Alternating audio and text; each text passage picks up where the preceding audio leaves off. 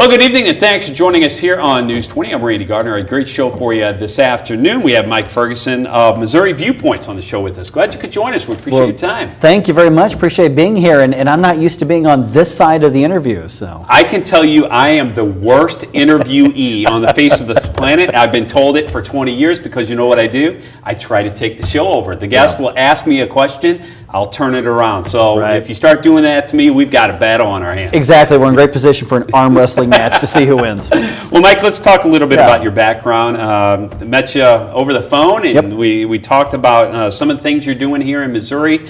And I thought it would be beneficial, not only for what you're doing, but for the kids out there and people, adults looking to get into the broadcasting business. It's a different world these days. It really is. From when you and I got in about the same time, we were talking about, and there was a traditional track to get in, to get your education, get your experience, work your way up, and that'll still work for a lot of people. But with the new technology and the online video distribution and the editing programs you can put right on your laptop, you can create your own media outlet, and you can get into the business from a variety of different angles now. You've seen it, you've heard the success stories. Somebody starts off with a small camera, a free editing system, they put some shows up, next thing you know it becomes a viral hit, and they're picked up. I mean, that's really as easy as it is these days. It really is. I mean, now the problem is you're not just competing with the other 30 kids in your college class, you're competing with about 30 million kids around the country to do it. But if you've got the talent, you've got more opportunity to put yourself in front of the right people now.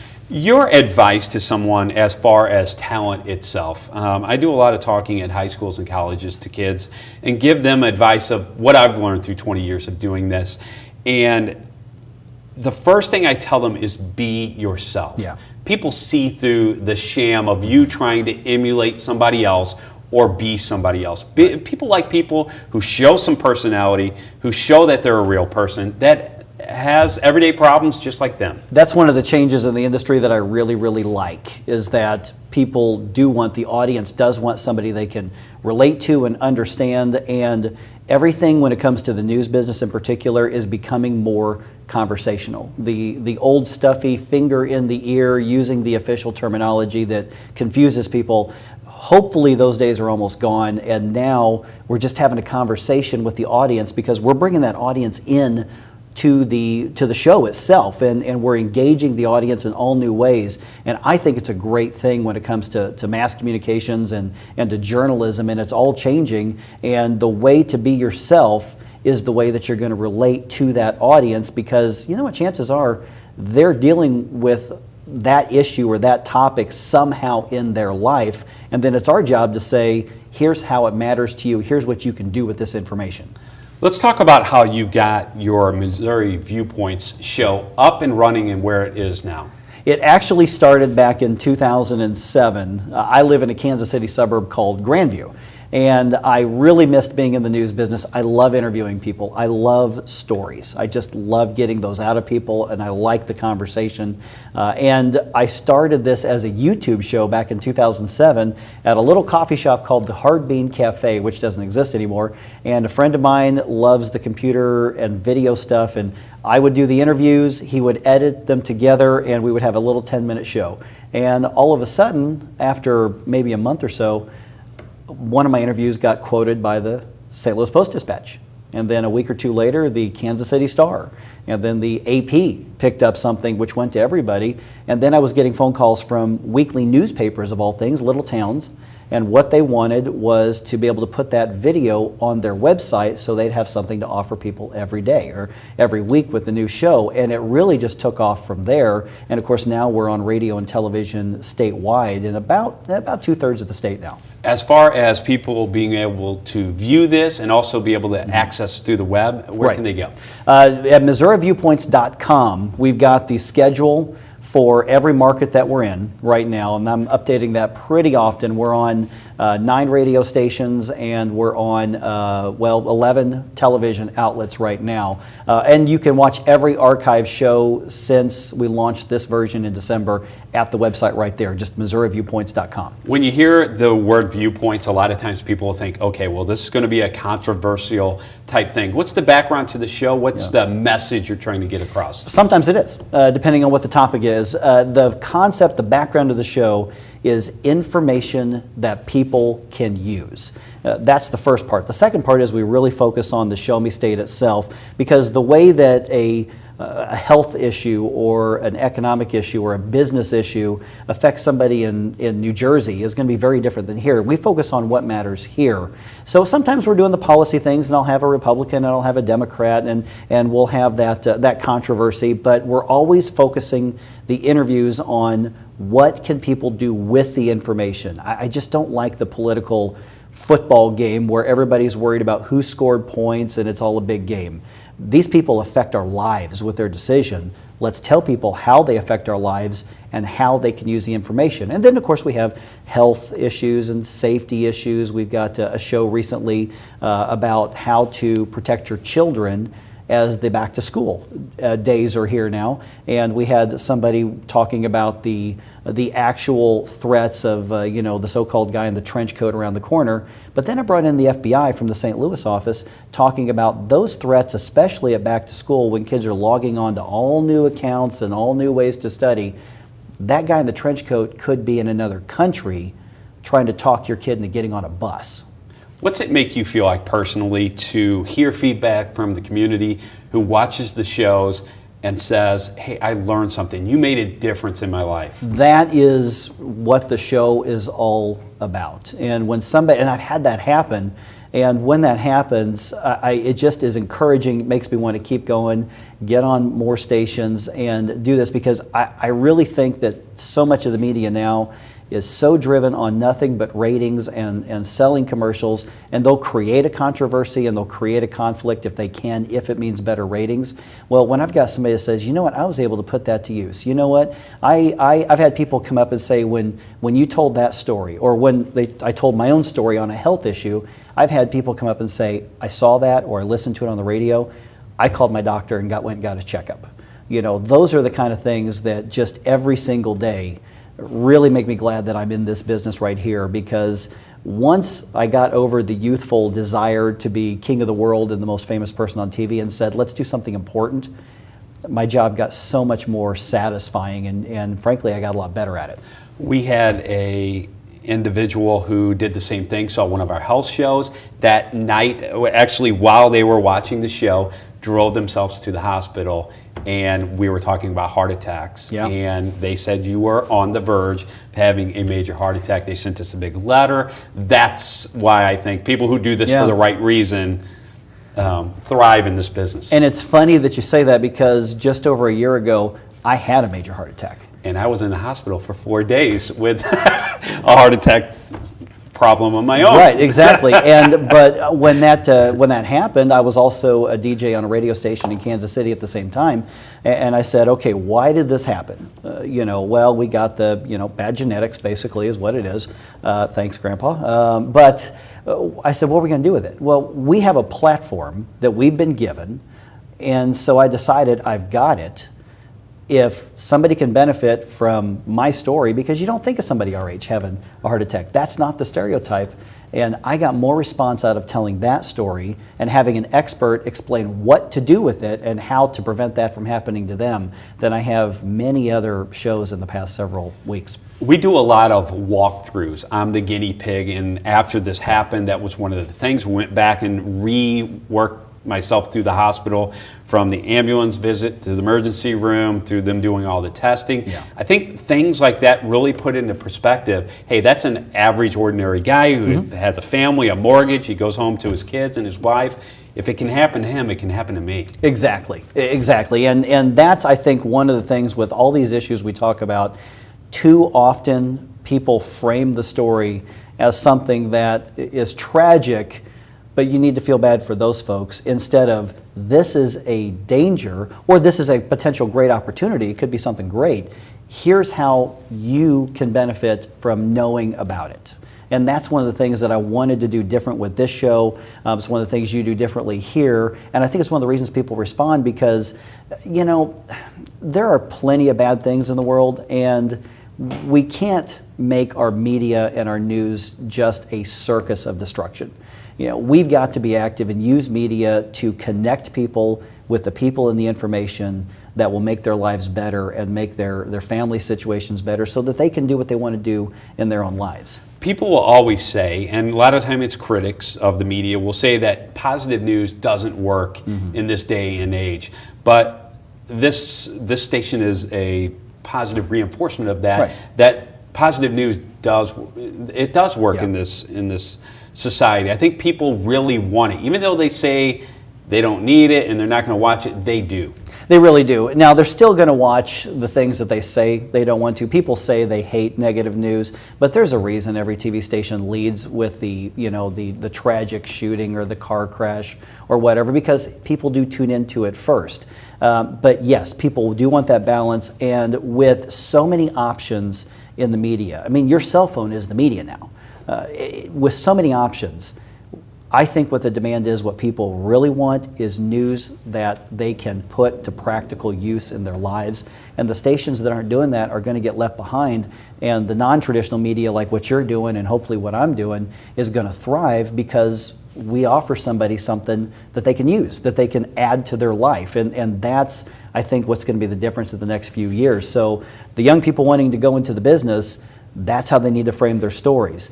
Not just how interested is my audience going to be in this, but are they going to understand what they can do with this information? How much of the skill of interviewing is listening? I'm curious to find your answer, because that's the second thing I tell the kids is, I call them kids, but young adults, is that being a good interviewer is 90% listening and 10% asking the questions. You'll see, I do a little project with them, and they'll come in with their 30 questions, and they'll ask me a question. I'll be the interviewee, and then boom, it's the next question on the list. It's straight down. They don't even listen to what I say. I was actually going to throw out the term 90%. Is exactly what I was going to say. I remember when I was at what was then Central Missouri State University, and I was required to take an entire 3-hour credit course in listening to get my degree. Now, my degree actually came from Charter Oak State College in Connecticut, but at that time I thought, what on earth are they going to teach me? How to use a Q-tip? What is it? The listening is just, I mean, it is the basis of the interview, just like you said, because I can have a list of questions, and I'll always have something on my desk in front of me, but the answer that the person I'm talking to gives me will lead me in all different directions. You've got to be willing to let that interviewee lead, because it's their viewpoint that matters, not just the outline that I want to have. So if you're not listening well, if you're not listening not just to the words they're saying, but to the context, to the intensity in their voice, to the body language, to the tear in their eye, if you're not listening to that, you're not going to be able to zone in on what's really important to that person, and then more importantly, what's really important to that audience. And the other key is to make the person feel comfortable. You Absolutely. know that usually everybody who comes in and sits at this desk, whether they've been here one time or 20 times, they're still nervous. Sure. So the key to being a good interviewer is, that eye-to-eye contact, the head motion, feeling that they feel you're listening to them. One of the best compliments that I get, and I'm sure you get this too, is when we wrap up and they say, I forgot all about those cameras. I was just having a good time talking to you. And that's when you get the best information. And honestly, when somebody is just listening in or watching in on your conversation, that's when your audience benefits the most too, because you get the most honest and the most personal answers. Where do you hope to take this Missouri Viewpoints show over the next 2, 3, 4, 5 years? In the next 6 months, I really, really hope we can be statewide on at least one television outlet and one radio outlet in every market in the state. By the next, say, 2 years or so, we're going to be back into the presidential primary area. I want this show valuable enough to where those candidates will understand that if they want to reach the people of Missouri, they really need to include this show on their schedule as well. That'll be kind of a benchmark for that show as well. But I also want to get to the point where no matter where I go in the state, somebody says, that show you did, that really helped. And to me, that's an intangible benchmark of where we're going to be. I mean, yes, there's objectives as far as wanting to get sponsorship and underwriting so I can keep doing the show. But what I really want to do is show that you can take a non-traditional media approach and still have an impact just like the traditional media does. For the people who have not seen this, is it broken up into like a half-hour format, what we do here? Is it 2-3 minute interviews? How's it formatted? We generally have two segments. It's a half-hour show. We generally have two segments with some public service announcements right there in the middle. And if it's a controversial issue, we will have somebody on either side of the issue in each segment. We don't do the crossfire thing where we waste a lot of time people yelling at each other. I'd rather sit down with somebody and get that viewpoint and then get the opposite viewpoint right after that. And if it's like a health thing, or we've had shows about what are the best ways to manage your personal finances, we'll kind of let the topics flow from one to the other as well. So we've got two segments, easy to follow along if you're watching at home on your computer or you watch it on your cell phone. Easy to stop right there and go do the dishes or get some dinner and come right back and do it. But it's very much a very personal one-on-one conversation, and occasionally we'll even get out of the studio and we'll go, we did a show on Missouri's wine and grape industry, and we went down to Augusta and we talked about the $1.6 billion industry and why it impacts you whether or not you drink wine or not. But we got to see how it was made, why people are employed, what they do, the impact that has on other industries as well. And I still get comments about that show because it was visually very stunning, but I had people say, I didn't know. I don't drink wine. I did not know that affects me, because that caterer down the street does a lot of business with somebody who is connected to that industry. Through your years of doing this, what have you found to be one of the most important touching subjects to an individual, whether it's a man, woman, family man, young kid, older? I mean, are there certain topics that really touch the heartstrings? Or Yes. I think people respond to a variety of different topics. I mean, people respond to many things because there's so many things that affect our lives. But in particular, when we point out the need for children and a way to help. For instance, we did a program on the need for adoptive parents and foster parents here in our state. And the reaction that my listeners and viewers told me is the same reaction I had when my guest said there are over 10,000 orphans in our state right now that are living in foster care or group homes because nobody is there to step up and care for them. Well, the reason that they don't is many Missourians don't know that the need is there. So anytime somebody hears that there are vulnerable people in our society, children or the elderly, who have a need, and they find out that there's a need, they act. And I think what really tugs on my heartstrings is when I see people initially get kind of angry that nobody told me. I didn't know, I would have helped. And then to see them take action, I mean, it's a little different pull on the heartstrings because it's really positive, it's really encouraging. But that's what I've enjoyed the most over the years. Do you find that people most of the time have a good side? You always hear the negative about how society is. People are just in a bad mood all the time. There's so much pressure. But I find that on the whole, people are trying to do the right thing. And in almost every one of those horrible situations that you see on the news, if you look hard enough, you will find that proverbial silver lining somewhere. We saw it whether it was 9/11, we saw it whether it was earthquakes. Terrible situation, but there is somebody running in there risking their life to rescue other people. Somewhere in there is a good story someplace. So yes, there are some people that I'm glad we lock them up and throw away the key. And outside of those few people right there, I think most everybody has that good side. And if they're given the opportunity, it can inspire other people somehow, no matter where they come from. For kids now who are watching this show tonight, who are maybe entering high school or college, what would you say would be the most beneficial thing for them, not only to study, but to work on, to develop, to become a broadcaster or be in the media business itself? I would say two things. First of all, you can never sharpen your interpersonal communication enough. I am always looking for ways to continue that, and I've been doing this for about 18 years now.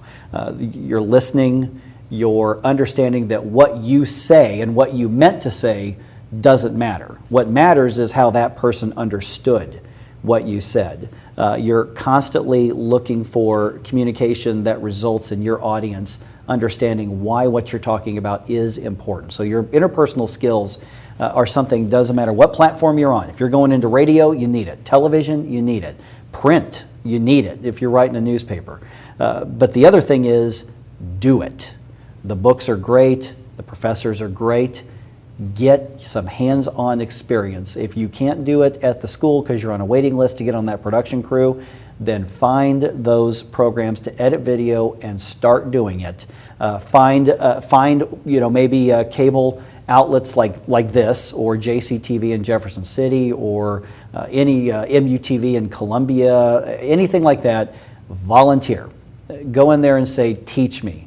Let me practice. Let me learn how to do this. Because when it comes time to try to get that job, they do want to know what you've been taught in the classroom, but what they want to see is that you know how to do it, that you have done it, and that you can relate to people, and you can get that story, not because you're asking the hardest questions, but because you understand people.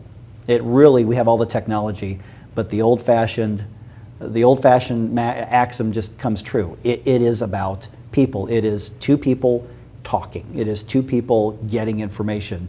And if you want to handle the technology, but what it all comes down to is you can be the best camera person, you can have the best voice in the world, you can be the best looking person in the world, but if you cannot effectively communicate with somebody, gain their trust, accurately and honestly convey their information, you're going nowhere. It's a connection issue. People, when they sit down, whether it's, I do a lot of work with the police officers who get killed in the line of duty, and to interview a wife or kids a week after a significant other's been killed, to make that connection, for them to feel comfortable, to sit here and talk with me about this and tell me their innermost secrets about what went on through the years in a relationship, that is a connection you have to.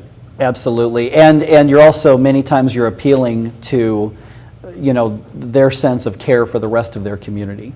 I don't know how many police officers I've interviewed over the years. My father used to be the senior chaplain for the Illinois State Patrol, a number of years ago, and the families of emergency providers also care about their communities, and so many times that police officer's wife understands this hurts to do this. This hurts to sit down with Randy and talk about this, but there are going to be people throughout the community that are going to be comforted somehow by what I have to say, or they're going to need to know something that could prevent their family from doing that. And I found that wives of firefighters, or husbands of firefighters, wives or husbands of police officers, have that connection with their community so often. And when you respect that, and they understand that you're not just there to use them as a commodity for the next story that's a minute, and they realize that, what you want to do something important, and they have a role in this, and they have a starring role in this, that trust becomes easier to build, but it has to be authentic. You can't just play the part and try to win the trust. You've got to earn the trust. And finally, be yourself. Yes. You see, I will say to a student, hey, do something, and the first thing they'll do, they'll change into their radio voice or their TV voice, and it's automatically a different person. Yeah. Just be yourself. Exactly. Yeah, exactly. It is. Be yourself. You want that audience to trust you first and foremost. People will tune into somebody they don't like if they trust them. But really what it comes down to is in today's media, your audience is part of the program. The audience is part of the conversation. Make sure that they understand that. Make sure they feel that way. Even if they're not responding to an interview just like this right here, they are going to be responding on Facebook. They're going to be responding on Twitter. And make sure they've got the comfort level to know that they are the most important part of this entire production, because mass communications and news and broadcasting is about adding something of value and adding that intangible to your community wherever you are. My biggest feedback is you're much smaller than I thought you were. Everybody thinks I'm like 6'2", and then they look at me and they go, "You're so short." Yeah, I've had that too. I thought you would be taller. You sounded older, and I'm like, I don't know how old sounds, but okay, great. Thank you very much. I don't know how tall sounds, but apparently we sound tall. And Mike, as we start to wrap up here today, let's talk again about Missouri Viewpoints and where they can find this at, and once again, what you look for in the next year or so. In the St. Louis area, we're actually on 5 different radio stations right now, 4 of them with Emmis and 1 with the Radio Arts Foundation. You can get that schedule at MissouriViewpoints.com. We are on several channels on St. Charles and Florissant and Lindenwood University's channel as well. And so we are available throughout most of the metro area, but we are always available. Every show is archived at MissouriViewpoints.com. Sounds good. Appreciate your time here on the show. It's been wonderful. It has. Good to talk to somebody who's in that same range of age and years in the business to understand exactly. I talk to kids and they say, how old are you? You're as old as my grandfather, using tape and splicers. And reel to reel. Remember reel to reel? I do. That's how I started. Absolutely. Now it's all digital. Yeah. Everything imaginable. All right. Sounds good. Thank you so much for your time. Once again, Mike Ferguson, Missouri Viewpoints is his show. Thanks for joining us here on News 20 on GTN. Have a good evening. We'll see you tomorrow night.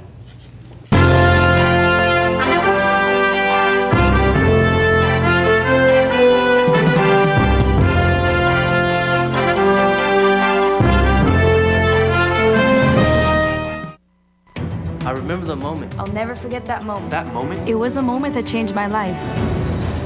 I'd been training with my team for months, and now we had been called up for the first time. The real deal. Wildfires were getting dangerously close to homes. At that moment, I got my first taste of just how important the Guard is to my community. See how the Guard can be an important part of your life at NationalGuard.com.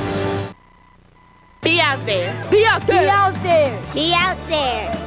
Time was, kids did what came naturally. Spending free time running barefoot through the grass, wading knee-deep in streams, climbing to the tallest branch. But today, American kids are more likely found texting, watching TV, or gazing at a computer screen. They spend more than 7 hours in front of electronic media. Something essential has been lost. Childhood's connection to the natural world. That's why National Wildlife Federation created the Be Out There movement. Kids move indoors causes a host of problems, from obesity to ADHD. But outdoor play can go a long way to improving kids' health, body, mind, and spirit. It helps them stay fit, enhances creativity and attention spans, and could even make them better students. Do your part. Be a part of Be Out There. There's a reason why they call it the great outdoors. Learn more at beoutthere.org.